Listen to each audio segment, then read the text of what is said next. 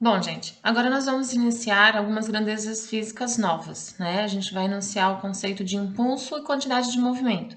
E a gente vai também falar de um teorema, que é o teorema do impulso, e o princípio de conservação da quantidade de movimento. Esses conteúdos que a gente vai ver a partir de agora, que são impulso, quantidade de movimento, ou seja, colisões, né? E depois estática e gravitação universal, são conteúdos que normalmente se vê no final do primeiro ano. Então, às vezes a gente explica esses conteúdos lá no final do primeiro ano de um jeito um pouco mais rápido, porque já não dá mais tanto tempo assim de conseguir dar conta de toda a carga de conteúdos que tem relacionados ao primeiro ano. Então, como eu já imagino que tenha sido de um jeito mais rápido que vocês aprenderam, eu sugiro que vocês de repente deem uma voltada lá no livro do primeiro ano, deem uma olhadinha nos exercícios que vocês já fizeram, nos que não deu tempo de fazer, ou assistam algumas videoaulas no YouTube, caso vocês tenham dúvida da explicação de agora, tá? Então, aqueles slides que eu postei no AVA são os slides que eu vou passar agora com vocês. Vou falar um pouquinho sobre impulso e quantidade de movimento e o princípio de conservação de quantidade de movimento, tá? No meio desse vídeo vai ter também a resolução de 5 exemplos que estão nos slides, ok? Então vamos lá. Bom, a gente vai enunciar então as grandezas de impulso e quantidade de movimento, tá?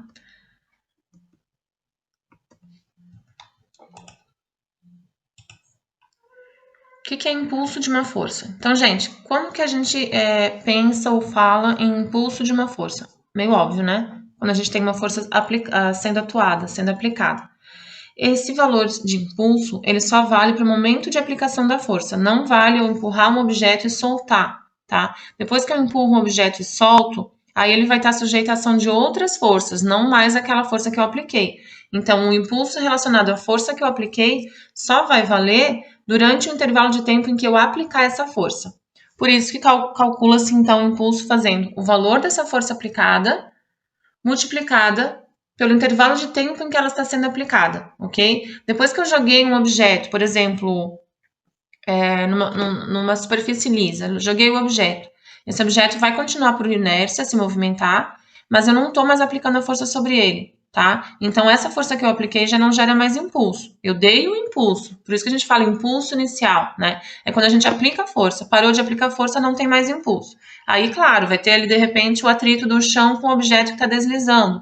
Aí a força de atrito vai ter um impulso associado, tá? Mas eu só calculo o impulso quando eu tenho uma força sendo aplicada e durante o intervalo de aplicação dessa força. Como é que eu faço para determinar essa força, então? Multiplico o vetor força pela grandeza escalar tempo. Ou seja, o impulso também é uma grandeza vetorial, porque é a multiplicação de um vetor por um escalar. Então, impulso também vai ter direção e sentido. Qual vai ser a direção do impulso? Se eu apliquei a força horizontal para a direita, o impulso vai ter a mesma direção da força, também vai ser horizontal para a direita e o mesmo sentido. Na verdade, a direção é horizontal e o sentido é para a direita, tá? Não tem como inverter o sentido do impulso aqui, porque eu estou multiplicando por um escalar que, além de tudo, não pode ter valor negativo. O tempo sempre vai ser positivo. Então, eu vou multiplicar um vetor que pode ter valor positivo ou negativo por um escalar que só pode ter valor positivo. Então, o impulso sempre vai ter a mesma direção e o mesmo sentido que a força. A unidade de impulso é literalmente a multiplicação das unidades de medida das grandezas associadas a ele. Ó. A força é medida em newtons, o tempo é medido em segundos. Então, a unidade de impulso no sistema internacional é newton vezes segundo, ok? Então, o impulso de uma força é associado ao tempo em que a força está atuando e somente a esse intervalo de tempo, ok? Para calcular o impulso, vocês viram ali na frente que eu tenho a fórmula força vezes tempo, tá? Mas lembra lá do trabalho? Quando a gente tem uma força que não é constante, que a força pode aumentar ou diminuir, eu posso estar empurrando o objeto e posso estar, de repente, diminuindo a intensidade dessa força. Ou eu posso estar aumentando, começo empurrando devagarinho, depois eu aumento a intensidade dessa força. Quando a força é variável, eu não posso usar essa formulazinha aqui, F vezes T, ou F vezes ΔT, tá? Eu tenho que fazer o quê? Eu tenho que pegar os dados, as informações da variação dessa força ao longo do tempo, plotar em um gráfico E aí sim, escolho o intervalo de tempo que eu quero e dentro desse intervalo de tempo eu vou formar uma figura aqui, tá? Nesse caso aqui, ó, eu tô formando um trapézio, porque a força começou com um valor e foi aumentando. Se ela começasse com 0, por exemplo, e fosse aumentando, daria um triângulo. Nesse caso aqui, quando a força é constante, eu vou ter um retângulo ou um quadrado. Mas quando a força é constante, eu sempre vou ter um quadrado, então é só fazer o intervalo de tempo vezes o valor da força. É a formulazinha que a gente viu antes. Mas quando ela for variável, eu utilizo o gráfico, calculo a área dessa imagem, dessa figura aqui, e a área dessa figura vai ser numericamente igual ao valor do impulso, né? Em módulo, claro, né? Aí vai depender se a força for positiva ou se a força for negativa. Então não esqueçam, força variável, calcular a área do gráfico, a área da figura que forma com o gráfico. A outra grandeza física que a gente vai estudar agora chama quantidade de movimento, tá? Então, a todo objeto que possui massa, óbvio, né? E estiver em movimento em relação a algum referencial, eu tenho uma quantidade de movimento associada a ele. E essa quantidade de movimento é literalmente devido ao fato de ele possuir massa e velocidade. Tem massa e tem velocidade, tem quantidade de movimento. Tanto que, para calcular a quantidade de movimento, a gente faz m vezes v, certo? De novo, bem importante, aqui faltou o vzinho em cima. Perdão, a flechinha em cima. Quantidade de movimento também é uma grandeza vetorial. Por quê? Porque é a multiplicação de um escalar com um vetor. E a velocidade é uma grandeza vetorial, tá? A quantidade de movimento também vai ter intensidade, direção e sentido. Qual? A mesma da velocidade. Se a velocidade está na direção horizontal, a quantidade de movimento também vai estar, pelo menos naquele instante, né? Com aquela velocidade instantânea, ela vai estar também na direção horizontal.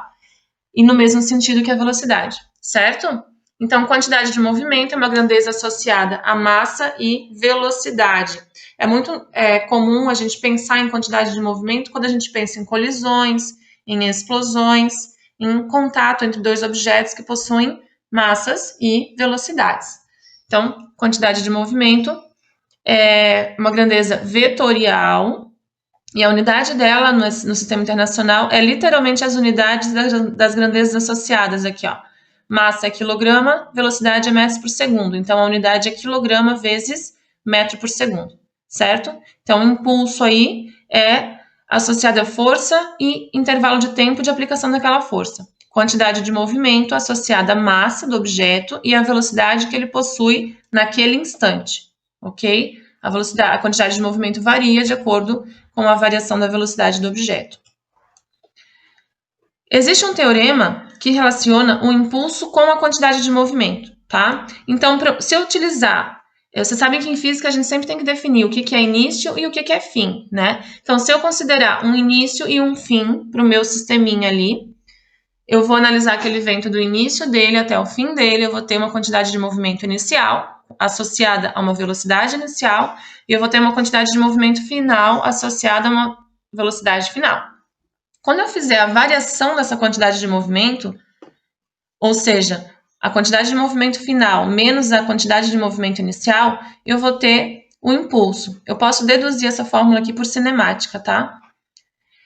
Lembrando que impulso é força vezes intervalo de tempo. Então, abrindo essa equação aqui, ó, que é o teorema do impulso, ele pode ser aplicado tranquilamente se eu usar o mesmo intervalo de tempo, é claro. Abrindo aqui impulso, força vezes intervalo de tempo.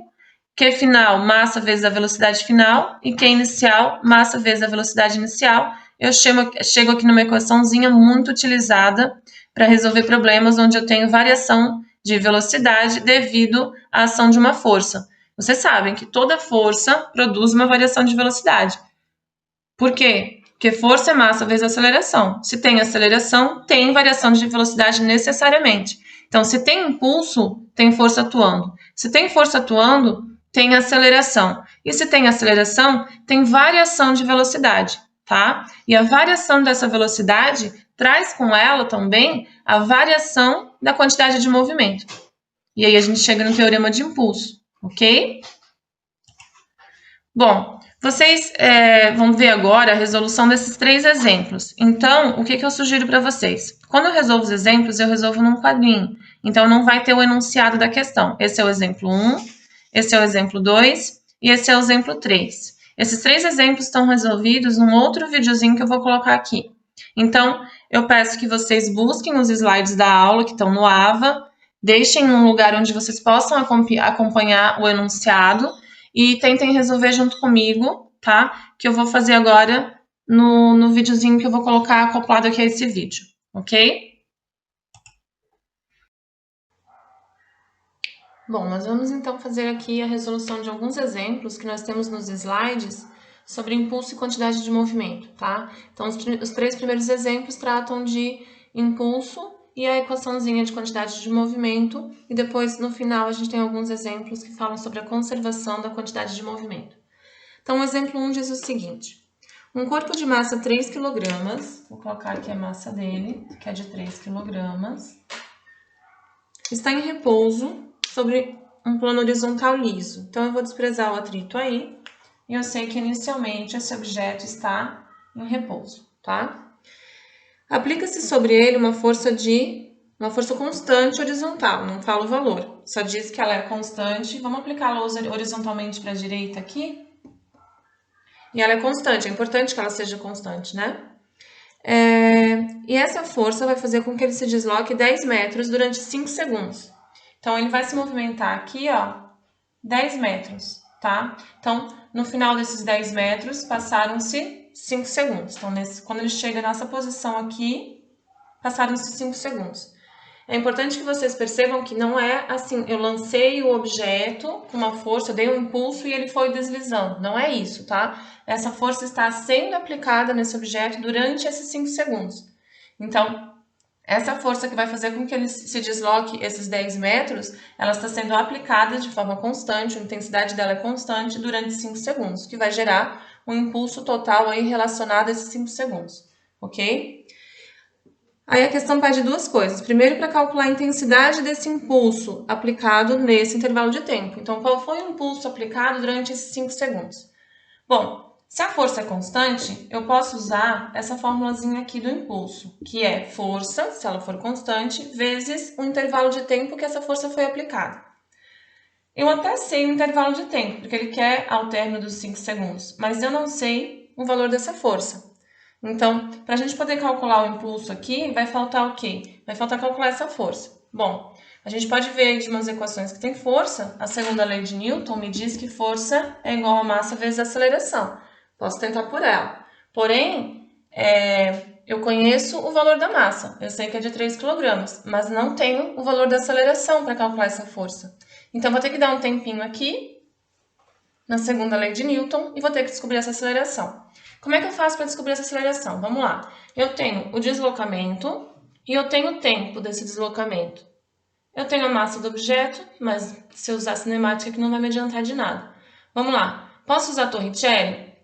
Eu sei que a velocidade inicial aqui é zero, ele partiu do repouso. Mas eu não sei a velocidade final aqui.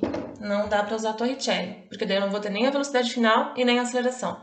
Não dá para usar Vivat, porque eu também não tenho velocidade final e aceleração. Me sobra o quê? Sorvetão, né? Vou colocar aqui para ver se ela ajuda a gente. Vamos lá. Eu vou considerar, então, no meu referencial o início aqui, onde a posição inicial é 0. E a posição final eu vou chamar de 10 metros. A velocidade inicial a gente sabe que é 0. Quanto tempo se passou? 5 segundos. A aceleração eu não sei. Aqui vai ficar 5 ao quadrado sobre 2. Então, 10 igual. Aqui cai fora. Sobrou o quê? A vezes 25 ao quadrado sobre 2. Aí vocês podem passar esse 2 para cá multiplicando, fazer 20 dividido por 25. Ou então, dividir o 25 por 2, 12,5, passa para cá multiplicando. A aceleração vai dar 0,8 metros por segundo ao quadrado. Certo? Agora que eu tenho a aceleração, volto para cá? Não, né? Na verdade, não é a aceleração que eu quero, é a força. E para descobrir a força, eu vou fazer a segunda lei de Newton, massa 3 kg, vezes a aceleração 0,8, e aí eu vou ter uma força de 2,4 newtons. Beleza. Agora que eu sei a força, eu venho aqui, substituo no lugar do F aqui, e eu vou ter um impulso de 12 newtons vezes segundo. Unidade de impulso, newton vezes segundo, porque é newton de força, segundo de tempo, ok? Agora ele também pede mais uma coisinha. Ele pede para eu determinar a quantidade de movimento do corpo depois que se passaram 4 segundos.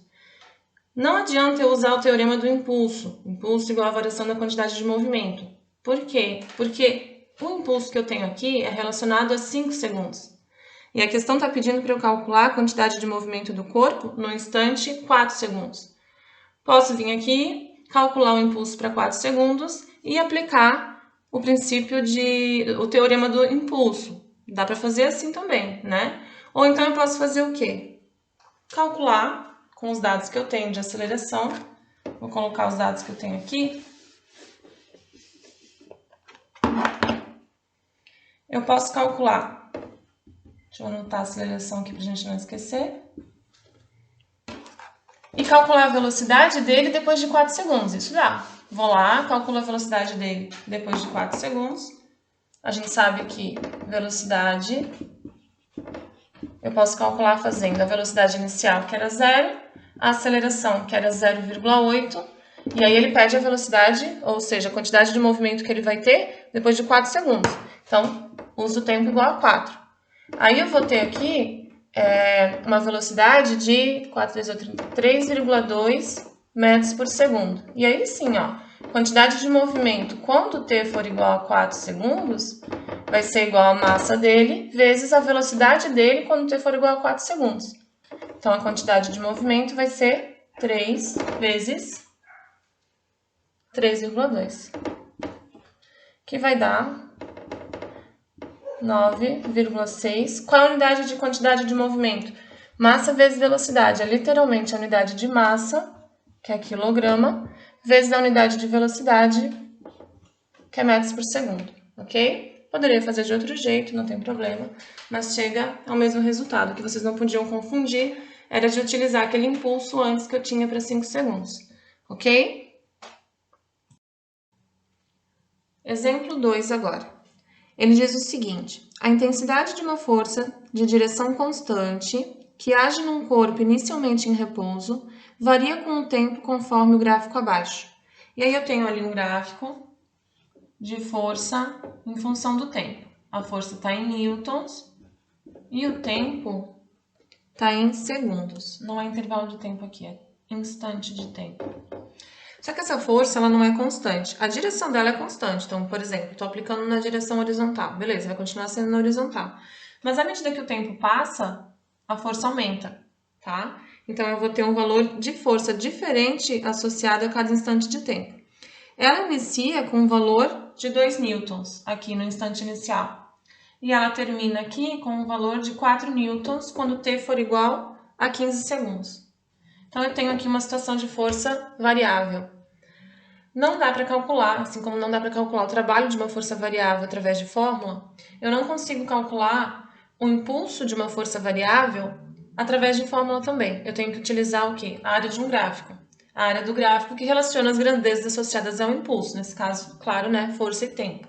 Então, eu vou ter que pegar a área da imagem aqui que se forma, que é um trapézio, da figura que se forma, né, que é um trapézio, e calcular. O resultado dessa área diretamente vai dar o valor do meu impulso, tá? Então, nesse caso, o impulso vai ser a área do trapézio. A questão pede também depois, a letra A pede a intensidade do impulso nesse intervalo de tempo de 0 a 15 segundos e depois pede a velocidade do corpo no instante 15 segundos. Vamos calcular a letra A primeiro. Eu tenho aqui um trapézio, só que eu tenho que imaginar ele viradinho, né? Eu vou ter uma base aqui, que vai valer 2. Eu vou ter uma altura aqui, que vai valer 15. E aí, eu vou ter uma base menor aqui em cima. Opa, aqui não é 2, aqui é 4. Aqui vai valer 2 e aqui vai valer... Não, aqui é diagonal, não precisa. Como é que eu calculo a área do gráfico? Perdão, a área do trapézio. Base maior mais base menor vezes altura dividido por 2. Quem é a minha base maior? É o 4. Percebam que eu só virei o trapézio aqui, tá? E projetei aqui, porque aqui vale 4, aqui vale 15. Só virei o trapézio.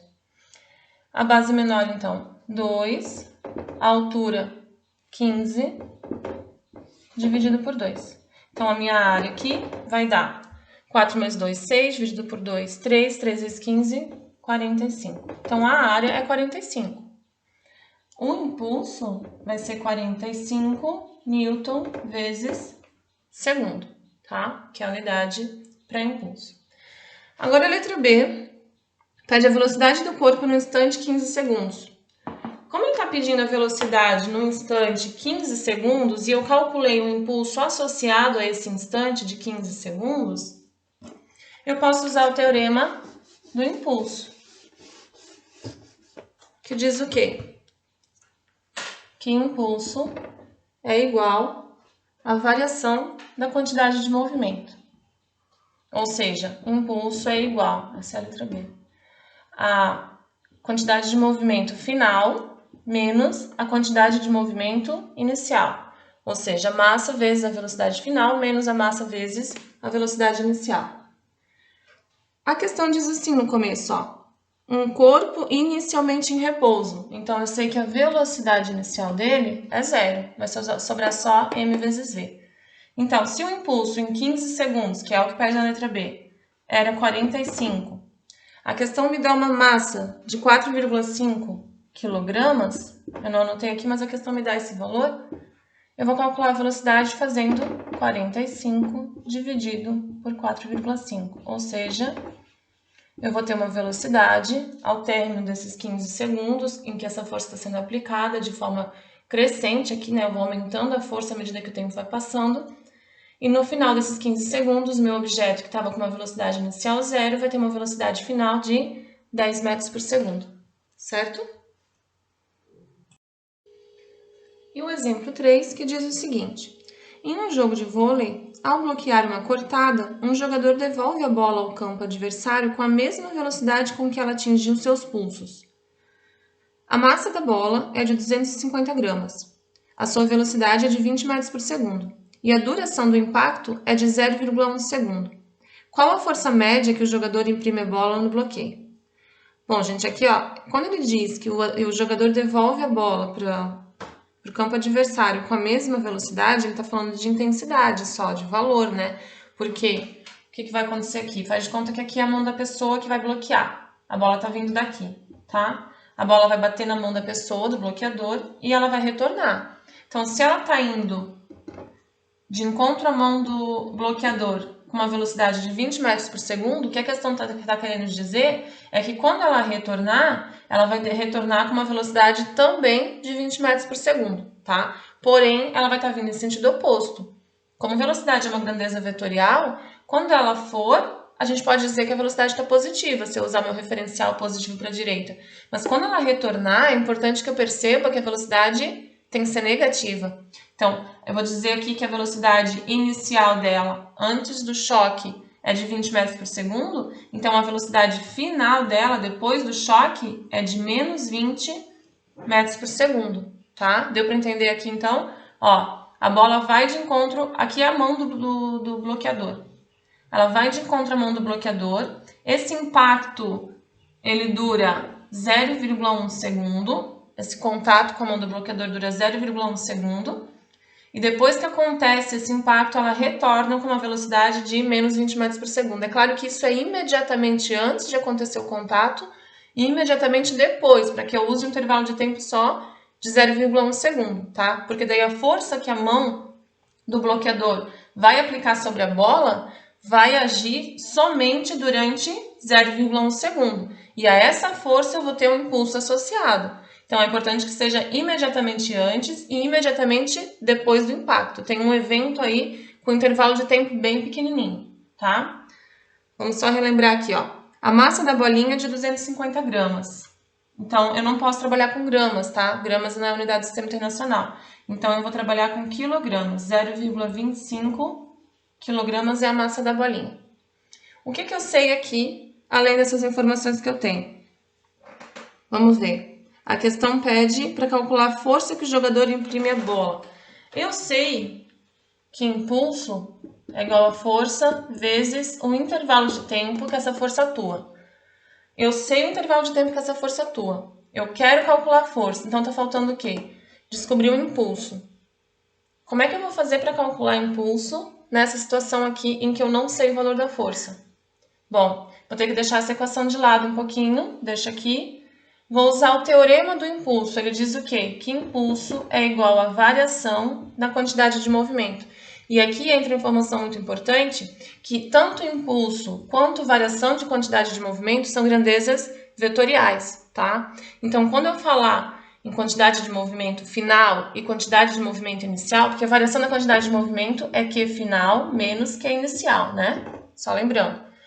Eu estou falando em vetores. Então, eu preciso levar em consideração isso aqui, ó, o sinal da minha velocidade, tá? Vamos lá, então, Q final menos Q inicial para calcular o nosso impulso. Eu vou tirar o vetor de cima, porque eu vou trabalhar com a grandeza escalar, mas levando em consideração o sinal. Então, Q final é a massa vezes a velocidade final. O que vai ser o nosso final aqui? Depois do impacto. Menos Q inicial é a massa vezes a velocidade inicial. Vou chamar de V final, né? E V zero inicial. Massa vezes a velocidade inicial, tá? É o Q inicial aqui. Beleza? Então, o impulso vai ser igual a massa, que é 0,25, vezes a velocidade depois do choque, ó, menos 20. E a velocidade, aqui massa, 0,25, poderia ter colocado em evidência, né? Vezes a velocidade inicial, antes do choque, 20. Então, o impulso é igual. 0,25 em evidência aqui, bom, vamos multiplicar, né? 0,25 vezes menos 20 vai dar menos 5, né? 1/4 de 20 é 0,25 vezes 20, menos 5. Então, eu vou ter um impulso negativo de 10. Unidade do impulso, Newton vezes segundo. Agora, voltando aqui, ó, para a nossa equaçãozinha que a gente tinha deixado de lado. Vamos voltar para cá. Impulso é igual a força vezes intervalo de tempo. O impulso eu já sei, ó, é menos 10. A força que eu estou aplicando é o que eu quero descobrir. Eu não, o bloqueador, né? E o intervalo de tempo que essa força atuou é de 0,1 segundo. Tá aqui. Quando eu dividir esse menos 10 por 0,1, eu vou ter uma força de menos 100 newtons. Por que a força deu negativa? Porque a gente considerou positivo para a direita lá no início. A gente considerou a velocidade inicial positiva. Então, se o vetor é positivo para a direita, quando ele estiver para a esquerda, ele vai ser negativo. E a força que a mão do bloqueador está fazendo na bolinha, ela vai ser para a direita ou para a esquerda? Para a esquerda, né? Ela vai fazer com que a bolinha retorne para o campo adversário. Por isso que a força aqui ficou negativa, porque força também é uma grandeza vetorial, certo? Por sorte, nessa questão, nós usamos apenas uma direção, apenas a direção horizontal. Então, quando a gente trabalha com variação de quantidade de movimento e a direção não é a mesma, por exemplo, eu estou andando numa linha horizontal, vem alguém me dar um esbarrão e eu saio daquela minha linha horizontal, saio daquela direção. Eu vou mudar a minha direção, consequentemente a direção da minha velocidade vai mudar. Aí eu tenho que trabalhar aqui, ó, com vetor, tá? Grandeza vetorial, velocidade. Daí não é só considerar o vetor oposto, negativo. Aí eu tenho que trabalhar com soma e subtração de vetores, que a gente aprende lá no primeiro ano, certo?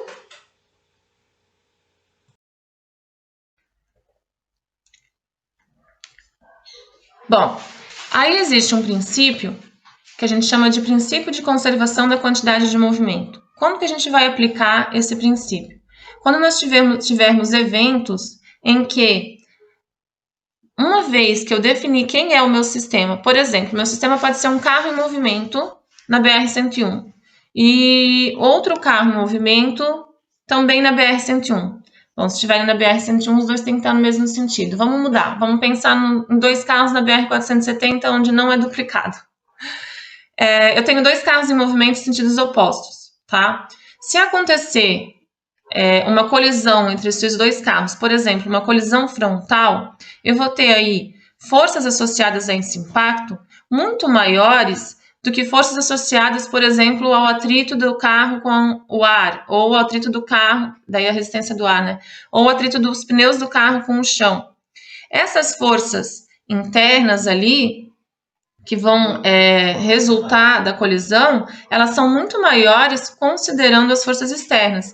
Então, quando eu posso desprezar essas forças externas do meu sistema, eu digo que eu vou ter uma conservação da quantidade de movimento. Ah, professora, mas o que é a conservação da quantidade de movimento?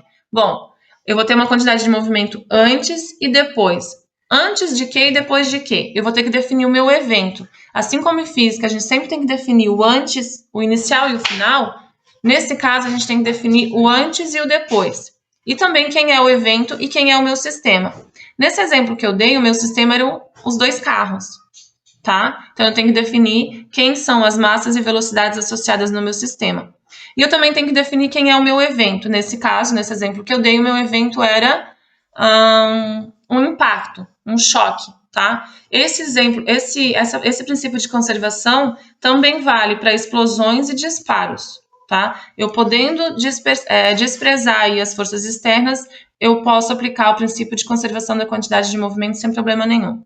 Então, a quantidade de movimento antes e depois do meu evento, que pode ser uma explosão, um disparo, um choque, ela fica constante, tá? E aí eu tenho que determinar aí quem era o meu sistema antes e quem era o meu sistema depois.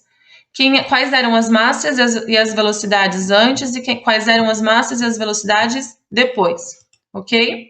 E aí,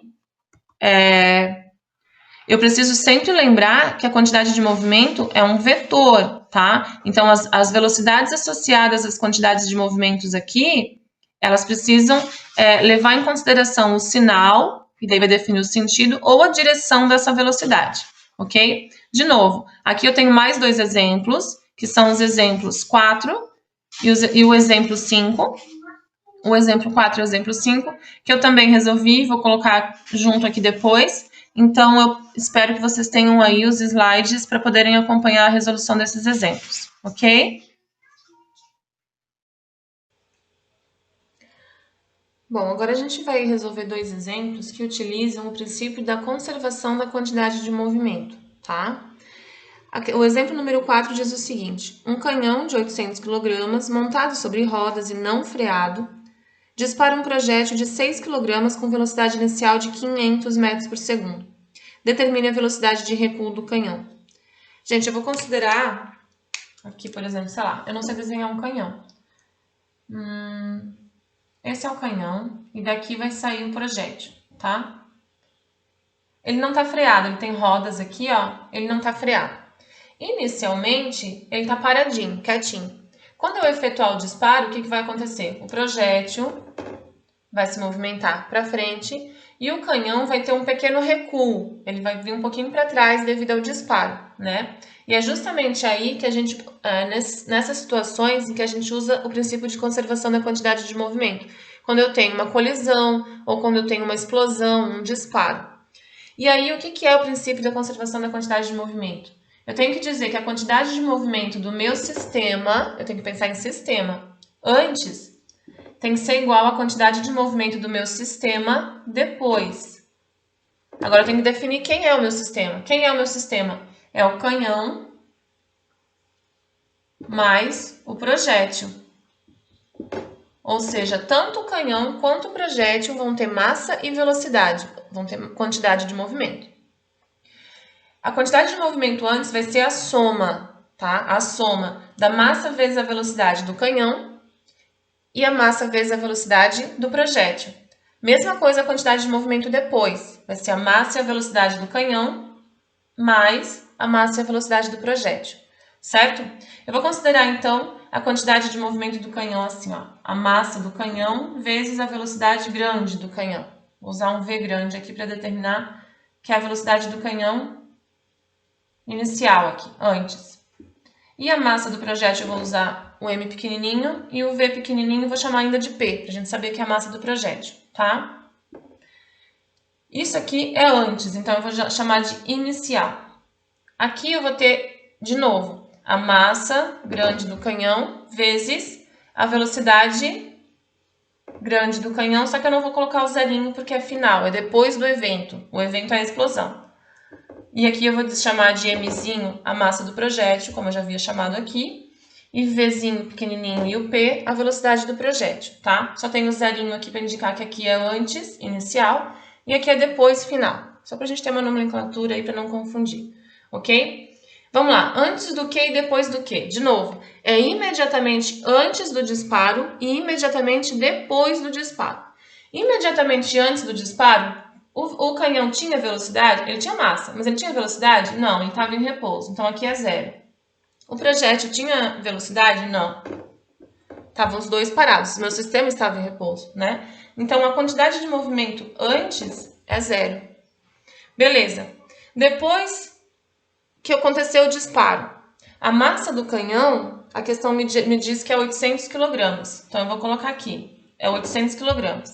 A velocidade do canhão depois do disparo é o que a questão está me pedindo. Vou chamar de velocidade do canhão.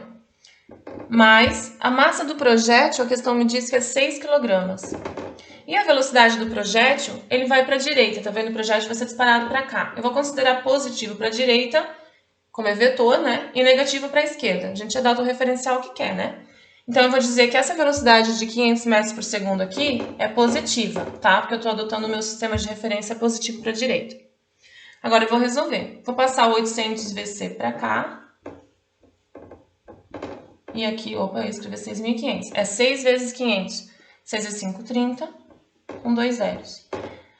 Então, minha velocidade aqui vai dar... Corto esses 2 zeros com esses 2 zeros. Eu vou ter 30 dividido por 8, que é 15 dividido por 4. Que é 7,5 dividido por 2, 3,25 metros por segundo, certo? Por que deu negativo? Porque se o projétil for disparado para frente, para o sentido positivo do meu eixo, o canhão vai dar um recuo, né? Então, o canhão vai se movimentar para trás, depois que acontece o disparo. Então, a velocidade do canhão depois do evento, que é o disparo, ela vai ser negativa, ok? Lembrando, isso é imediatamente antes e imediatamente depois que acontece o evento.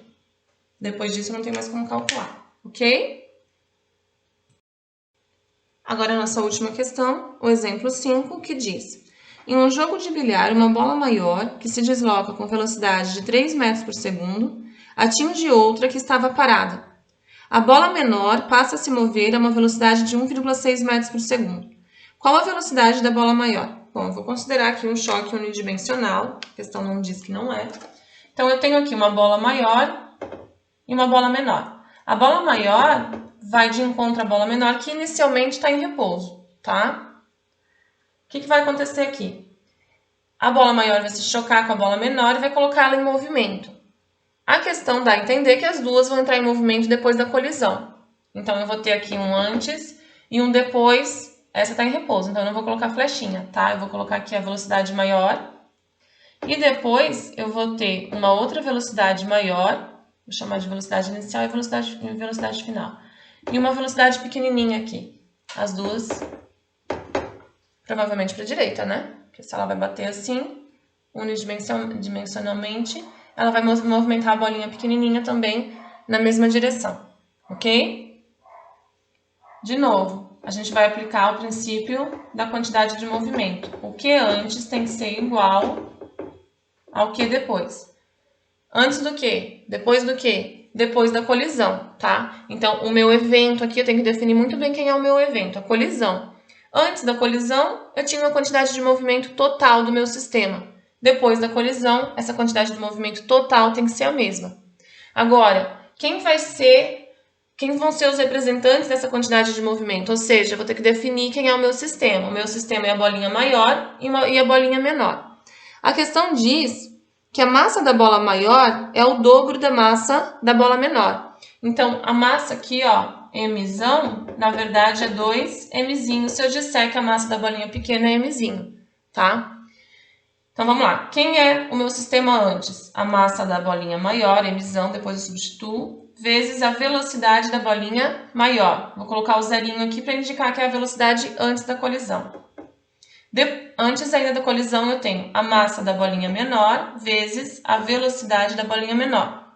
Vou colocar o inicial aqui para dizer que é antes da colisão. Depois, eu vou ter a massa da bolinha maior vezes a velocidade da bolinha maior. Vou colocar um V grande para indicar que é a bolinha maior e não vou colocar subíndice, é final. Mais a massa da bolinha menor vezes a velocidade pequenininho aqui, um V pequenininho da bolinha menor, tá? Sem subíndice, que é final. Qual é a massa da bolinha maior? Vou substituir por 2M. Qual é a velocidade inicial da bolinha maior? A questão me dá. É de 3 metros por segundo. A bolinha menor tinha velocidade antes da colisão? Não. Ela estava parada. A questão dizia que estava parada. Então, aqui é 0. A massa da bolinha maior a gente já substitui por 2m. A velocidade da bolinha maior é o que a questão está pedindo. Então, eu vou deixar V grande para indicar que é da bolinha maior. Mais a massa da bolinha menor. E a questão me diz que a bolinha menor vai sair depois dessa colisão com uma velocidade de 1,6 metros por segundo, tá? Vamos lá, aqui é 0. Eu tenho m em todos os termos da minha equação. Então, eu posso dividir tudo por m. Vai sobrar o quê? 2 vezes 3, 6, igual a 2v. Esse v é grande, né? Que é a velocidade da bolinha grande, mais 1,6. Vou passar 1,6 para cá, vai ficar 4,4 igual a 2v. Então, a velocidade da bolinha maior, depois da colisão, vai ser 4,4 dividido por 2, que é 2,2 metros por segundo. Então, a velocidade deu positivo, então eu concluo que ela continua indo para a direita, assim como a bolinha menor estava indo para a direita. Se por acaso a velocidade desse negativa, significa que depois da colisão, ela não estaria indo para a direita, ela estaria indo, voltando, né? Pode acontecer numa colisão, não nesse caso, porque é uma bolinha maior, mas ela poderia retornar, não é o caso aqui. Ela continua indo para a direita, que o resultado deu positivo de acordo com o nosso referencial, certo?